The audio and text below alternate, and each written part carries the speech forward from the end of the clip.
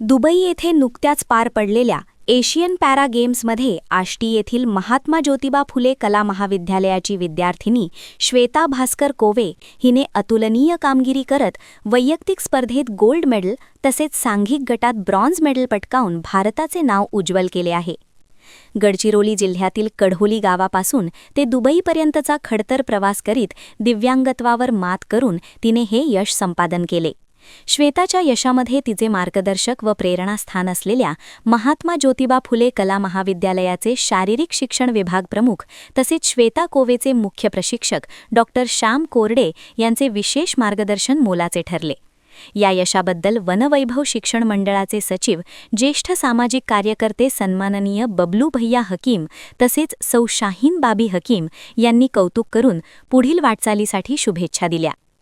महात्मा ज्योतिबा फुले कला महाविद्यालयाचे प्राचार्य डॉक्टर संजय फुलझेले, महात्मा ज्योतिबा फुले हायस्कूल तथा कनिष्ठ महाविद्यालयाचे प्राचार्य किशोर पाचभाई, पर्यवेक्षक डी.बी. घाटबांधे, सुशील अवसरमोल, कला सर्व महाविद्यालयाचे प्राध्यापक, कनिष्ठ महाविद्यालयाचे प्राध्यापक, हायस्कूलचे शिक्षक व सर्व शिक्षकेतर कर्मचारी यांनी अभिनंदन करत तिच्या चिकाटी, मेहनत आणि शिस्तीचे कौतुक केले आहे.